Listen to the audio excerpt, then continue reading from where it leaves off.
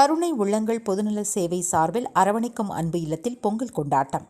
கோவை காந்தி மாநகர் பகுதியில் உள்ள அரவணைக்கும் அன்பு இல்லத்தில் திங்கட்கிழமை இன்று மதியம் 1 மணி அளவில் கருணை உள்ளங்கள் பொதுநல சேவை சார்பில் பொங்கல் பண்டிகையை முன்னிட்டு முதியவர்களுக்கு மதிய உணவு வழங்கப்பட்டது.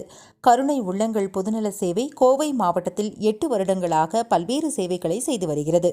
குறிப்பாக ஆதரவற்ற முதியவர்கள் இல்லம், குழந்தைகள் காப்பகத்திற்கு நேரில் சென்று காலை உணவு, மதிய உணவு வழங்கி வருவது குறிப்பிடத்தக்கது. இதன் ஒரு பகுதியாக தைத்திருநாளான பொங்கல் விழாவில் இன்று மதியம் உணவு முதியோர்களுக்கு வழங்கப்பட்டது.